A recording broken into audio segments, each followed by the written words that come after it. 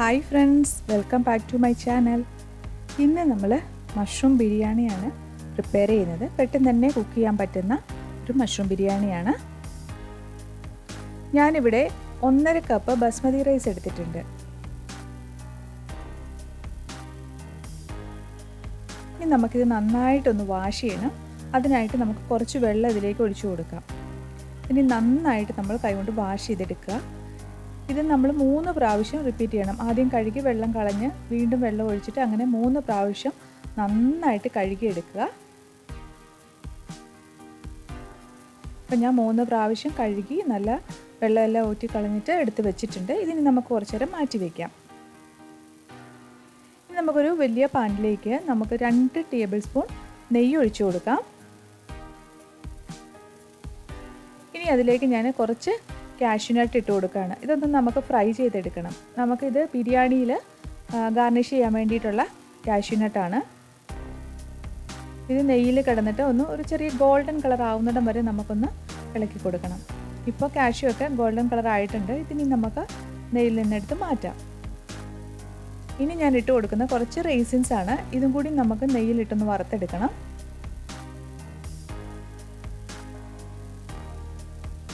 ഇതൊക്കെ ഞാൻ അളവ് പറയുന്നില്ല, കാരണം നിങ്ങൾക്ക് ഇഷ്ടത്തിന് ചേർക്കാം.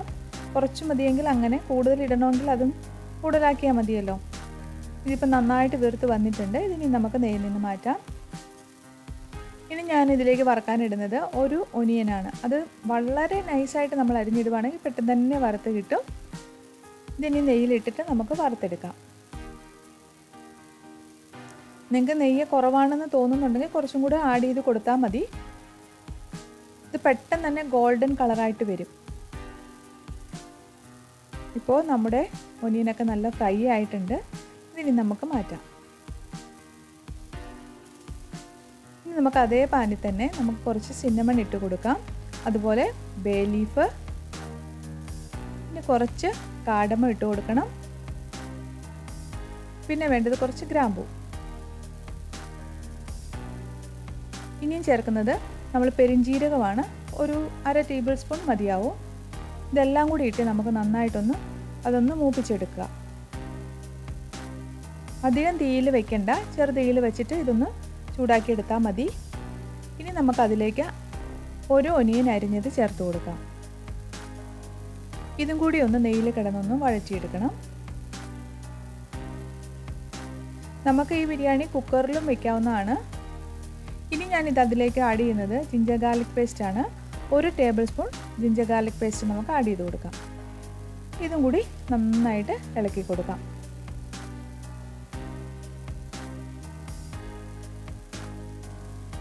ഇനി വേണ്ടത് പച്ചമുളകാണ്. ഞാനിവിടെ 2 എണ്ണമാണ് ചേർത്തിട്ടുള്ളത്. ഇനി ഒരു തക്കാളി അരിഞ്ഞതും കൂടി നമുക്ക് ആഡ് ചെയ്ത് കൊടുക്കാം. തക്കാളി ഒന്ന് വാടി വരണം. അതിനായിട്ട് നന്നായിട്ട് ഇളക്കി കൊടുക്കുക.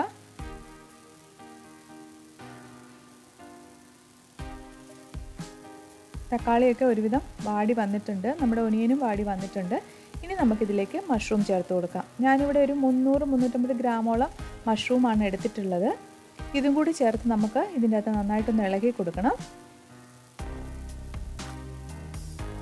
മഷ്റൂം ഇതിൽ കിടന്ന് ചെറുതായിട്ടൊന്നൊരു ഫ്രൈ ആയി വരണം. അതിനുശേഷം വേണം നമുക്ക് വെള്ളമൊക്കെ ആഡ് ചെയ്ത് കൊടുക്കാൻ. ഇപ്പം നമുക്ക് മഷ്റൂം ചേർത്ത് കഴിയുമ്പം ഓയിൽ കുറവാണെന്ന് തോന്നുവാണെങ്കിൽ ഒന്നുകിൽ നമുക്ക് ഗീ ചേർത്ത് കൊടുക്കാം, അതല്ലെങ്കിൽ ഓയിൽ. അത് നിങ്ങളുടെ ഇഷ്ടം. നെയ്യുടെ കൂടുതൽ ടേസ്റ്റ് വരുന്നത് ഇഷ്ടമാണെങ്കിൽ നെയ്യ് തന്നെ ചേർത്ത് കൊടുക്കുക.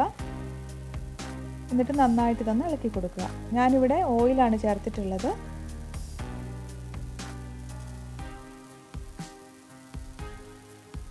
ഇപ്പം നമ്മുടെ മഷ്റൂം എല്ലാം ഒരുവിധം വാടി വന്നിട്ടുണ്ട്. ഇനി പൊടികൾ ചേർക്കാം. ചില്ലി പൗഡർ 1 ടീസ്പൂൺ ചേർത്ത് കൊടുക്കാം. ഇനി വേണ്ടത് മഞ്ഞൾപ്പൊടിയാണ്. ഒരു 1/2 ടീസ്പൂൺ മതിയാവും. Coriander powder 1 teaspoon. ഇനി വേണ്ടത് ഗരം മസാല, അതും 1 ടീസ്പൂൺ. ഇതെല്ലാം കൂടി ഇട്ട് നമുക്ക് നന്നായിട്ടൊന്ന് മിക്സ് ചെയ്ത് കൊടുക്കണം. ഗരം മസാലയ്ക്ക് പകരം നിങ്ങൾക്ക് ബിരിയാണി മസാല ഉണ്ടെങ്കിൽ അത് ചേർത്താലും മതിയാവും. ഇനി പൊടികളെല്ലാം ഒന്ന് മൂത്ത് വരാൻ വേണ്ടിയിട്ട് നമുക്കൊന്ന് ഇളക്കി കൊടുക്കാം.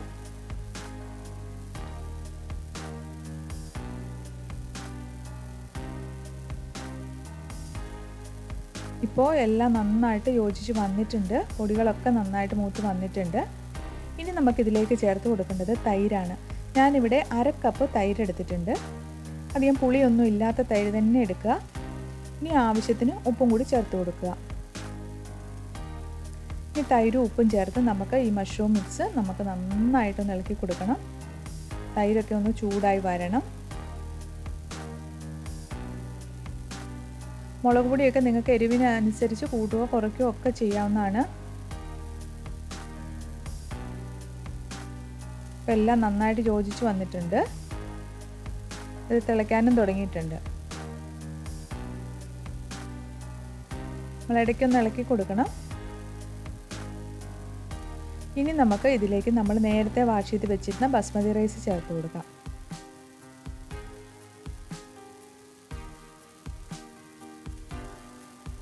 ഈ റൈസും കൂടി നമുക്ക് ഇതിൻ്റെ കൂട്ടത്തിലിട്ടൊന്ന് ആദ്യമേ ഒന്ന് മിക്സ് ചെയ്ത് കൊടുക്കണം. ബാസ്മതി റൈസിന് പകരം നമുക്ക് ജീര റൈസ് വേണമെങ്കിലും യൂസ് ചെയ്യാവുന്നതാണ്. ഇത് നമുക്ക് കുക്കറിലും വെക്കാം. കുക്കറിൽ വെക്കുമ്പോൾ നമ്മൾ ചേർക്കുന്ന വെള്ളത്തിൻ്റെ അളവ് മാത്രം ഒന്ന് ശ്രദ്ധിക്കുക. ഇനി ഞാൻ ഇതിലേക്ക് 3 കപ്പ് വെള്ളമാണ് ചേർത്ത് കൊടുക്കുന്നത്. കാരണം നമ്മൾ ഈ പാത്രത്തിൽ വെക്കുന്നത് കൊണ്ടാണ് 1.5 കപ്പ് അരിക്ക് 3 കപ്പ് വെള്ളം ഞാൻ ഇതിലേക്ക് ചേർക്കുന്നുണ്ട്. കുക്കറിലാണെങ്കിൽ നമുക്ക് അത്രയും വെള്ളം ആവശ്യം ഉണ്ടായി വരത്തില്ല. 1 കപ്പ് അരി എടുക്കുന്നതിന് 1.5 കപ്പ് വെള്ളം എന്നുള്ള കണക്കിൽ മാത്രം നമ്മൾ കുക്കറിലാണെങ്കിൽ വെച്ചാൽ മതിയാവും. ഇതിലായതുകൊണ്ട് കുറച്ച് വെള്ളം കൂടുതൽ. ഇനി ഞാൻ ഇതിലേക്ക് കുറച്ച് എസൻസ് ഒഴിക്കുന്നുണ്ട്. ഇത് നിങ്ങളുടെ കയ്യിലുണ്ടെങ്കിൽ മാത്രം ഒഴിച്ചാൽ മതി. ബിരിയാണി എസൻസ് ആണ്. അതും കൂടി ഒന്ന് നമുക്ക് ചേർത്ത് മിക്സ് ചെയ്ത് കൊടുക്കാം. ഇപ്പം ഉപ്പ് നോക്കിയിട്ട് ഉപ്പ് കുറവാണെങ്കിൽ എനിക്ക് ഇത്തിരി കുറവുണ്ടായിരുന്നു, അതുകൊണ്ട് ഞാൻ ഇച്ചിരി ചേർത്തിട്ടുണ്ട്. ഇപ്പോൾ ഇതെല്ലാം കൂടെ മിക്സ് ചെയ്ത് നമുക്ക് വേവിച്ചെടുക്കുകയാണ് വേണ്ടത്. അതിന് മുമ്പായിട്ട് നമുക്ക് കുറച്ച് കൊറിയാൻഡർ ലീവ്സ് ഇതിൻ്റെ മുകളിലേക്ക് സ്പ്രെഡ് ചെയ്ത് കൊടുക്കണം. അതുപോലെ കുറച്ച് മിൻറ്റ് ലീവ്സും. ഇത് നിങ്ങളുടെ ആവശ്യത്തിന് കുറച്ച് മതിയെങ്കിൽ അങ്ങനെ ഇഷ്ടമുള്ള പോലെ ചേർത്ത് കൊടുക്കുക. ഇനി നമുക്കിത് നന്നായിട്ട് വേവിച്ചെടുക്കണം. അപ്പോൾ ഒരു മീഡിയം ലോ ഫ്ലെയിമിൽ വെച്ചിട്ട് നമുക്കിത് അടച്ചു വെച്ച് വേവിക്കാം. നിങ്ങൾ ഇടയ്ക്കൊന്ന് നോക്കണം വെള്ളം വറ്റിയിട്ടുണ്ടോ എന്ന്. ഒരുവിധം വെന്ത് വന്നിട്ടുണ്ട്. നമ്മളപ്പോൾ ജസ്റ്റ് ഒന്ന് ഇളക്കി നോക്കുക അടിയിൽ വെള്ളം ഉണ്ടോ.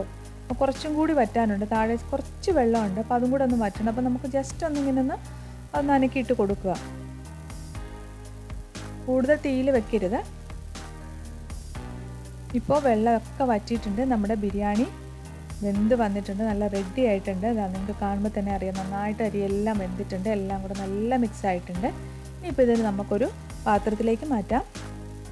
ഇനി ഇതിൽ നമ്മൾ നേരത്തെ ഫ്രൈ ചെയ്ത് വെച്ചിരുന്ന ഒനിയനും കാഷ്യൂവും റേസിൻസും ഒക്കെ വെച്ചിട്ട് നമുക്കൊന്ന് ഡെക്കറേറ്റ് ചെയ്യാം. അതൊക്കെ നിങ്ങൾക്ക് എത്ര ക്വാണ്ടിറ്റി വേണോ അതനുസരിച്ച് ചേർത്ത് കൊടുക്കുക. ഇത് വളരെ പെട്ടെന്ന് തന്നെ നമുക്ക് കുക്ക് ചെയ്തെടുക്കാവുന്ന ഒരു ബിരിയാണിയാണ്. അതുപോലെ നല്ല ടേസ്റ്റിയുമാണ്.